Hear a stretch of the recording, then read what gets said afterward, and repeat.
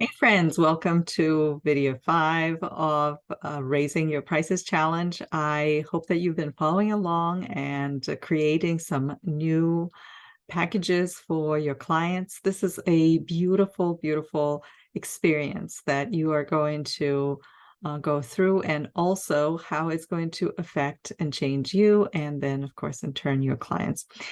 And today I would like to talk about announcing a price change or announcing a new package or a new offer that you have for your clients. It can be really, really scary. And sometimes the fear keeps us where we are. And maybe we're not satisfied with where we are, but we still continue staying in that place because we just don't know how to go about and talk about our offer.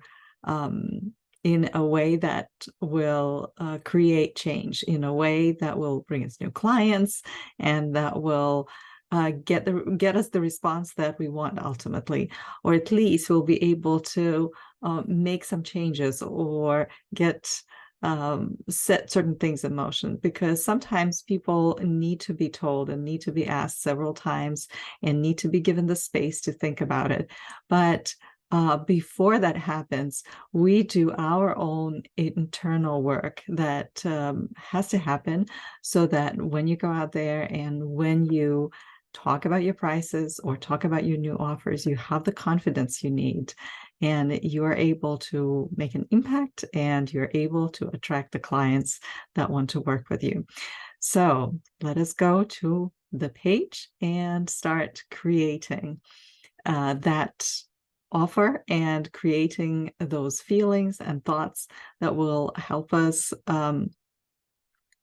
approach our clients with more confidence. So, okay, let's see.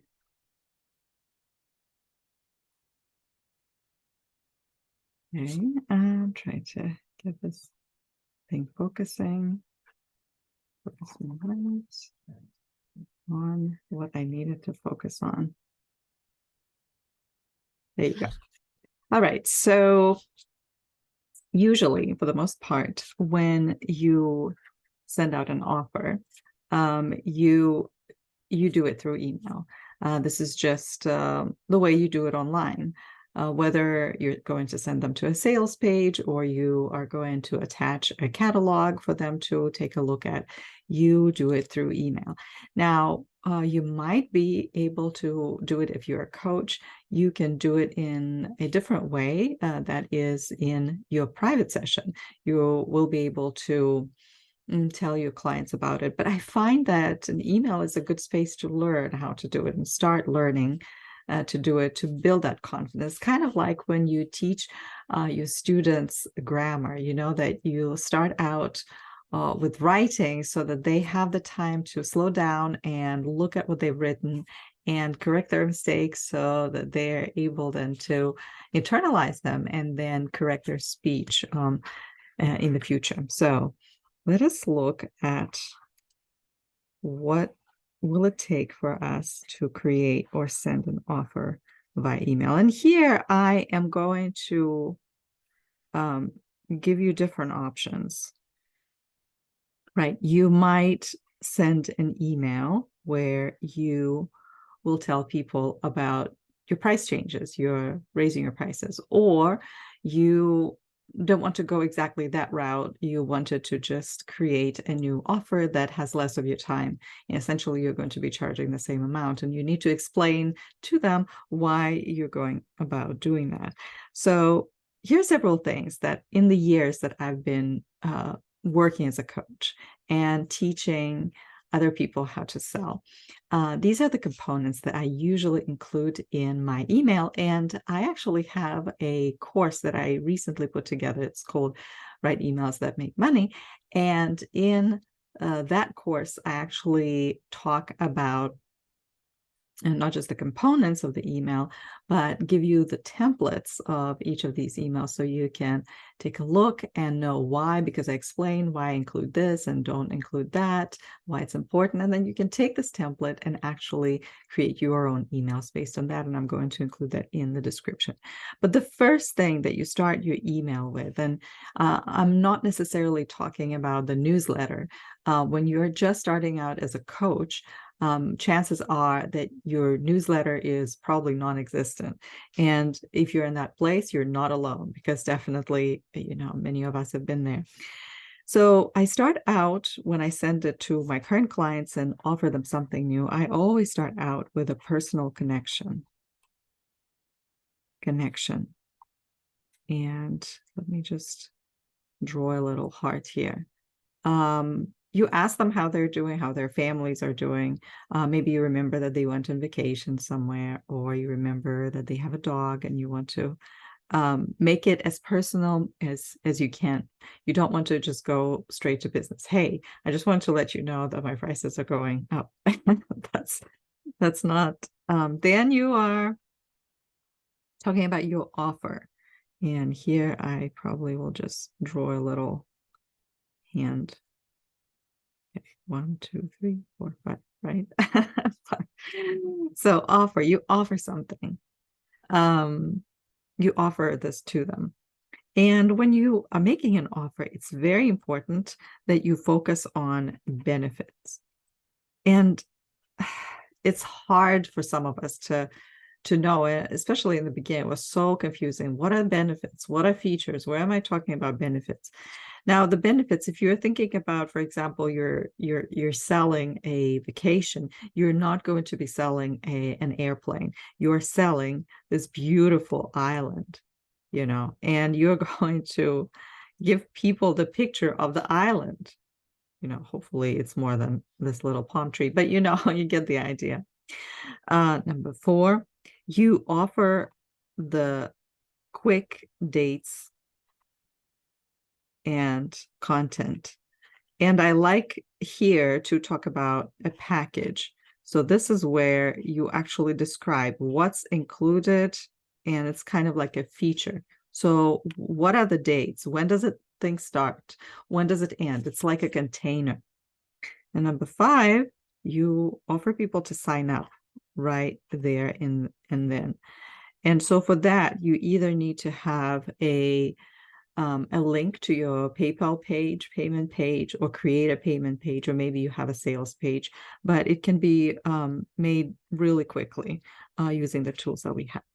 So these are important components that I like to include in my email. And just like I said, I have a course that has all the templates that you need. Okay. Now, the second part that is super important is what feelings are we including into our offer? When we are sending this email, how do we feel? And so I'm going to draw 2 people here. The old me, and maybe you want to draw along with me. The old me is the one who is maybe like shaking and is really anxious about this offer. It's kind of it's really, really hard for me to release it. I might be holding on to this email because I had a client once who went through the entire course but never sent an offer because it's hard. And it's not just her. There are lots of people that go through this turmoil. I used to have the same thing. Oh, I need to change prices, but I'm afraid to lose people.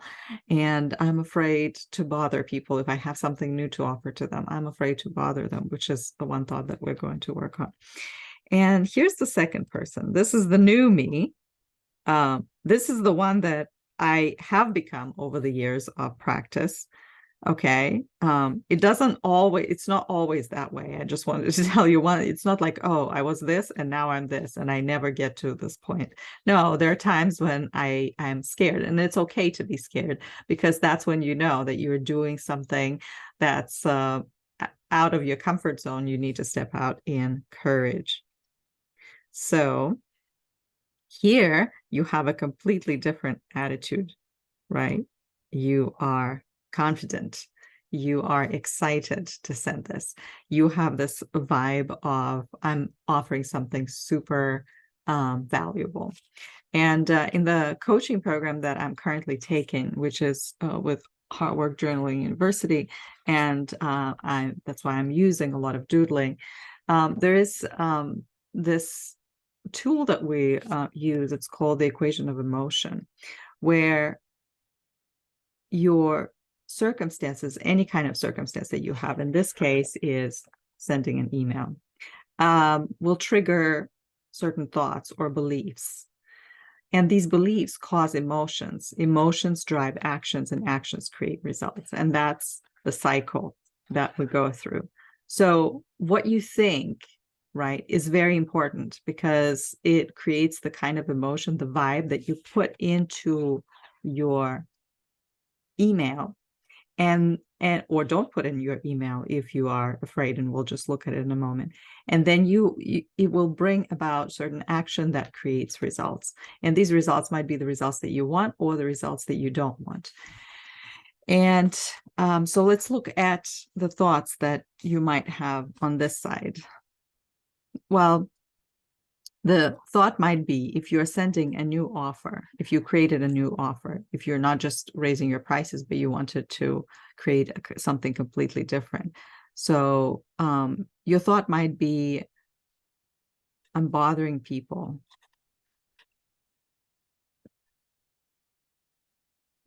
Or nobody cares about this, but I'm bothering people. So the emotion that it creates is maybe anxiety. You're really anxious about sending this email, right? Because you're not sure that people will be happy when they receive your email. You just assume that you're bothering them. You assume that you're bothering based on something that happened to you. That may lead to what? Not sending the email, or sending a very short email, or not putting the right, components in there, because you feel like, well, who cares about this, right? You have this who cares attitude, right? Who cares about this? Nobody cares. And because you feel like nobody cares, then you become careless. And the kind of offer that you send has no power. And in the result section, you are not getting the clients that you want. No clients, maybe no customers, nobody's buying your offer. Here is the person who will think differently. She will say, and that takes a lot of training to create a different thought. She will say, I'm inviting people on a journey that will change their lives.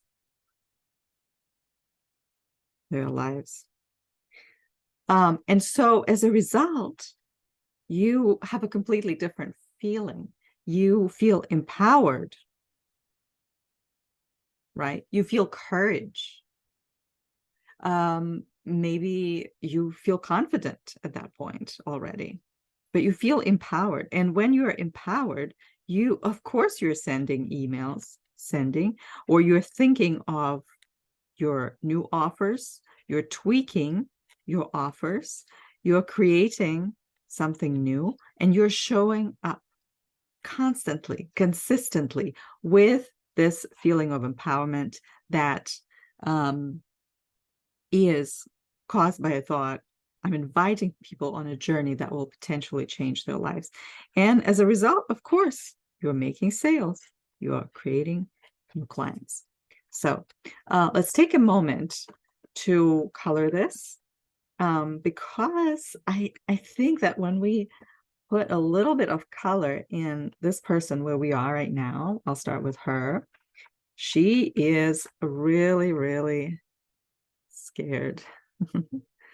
and because she's scared and anxious for a long time, I dealt with anxiety, and I had no idea that it was anxiety until I guess I started therapy a few years ago.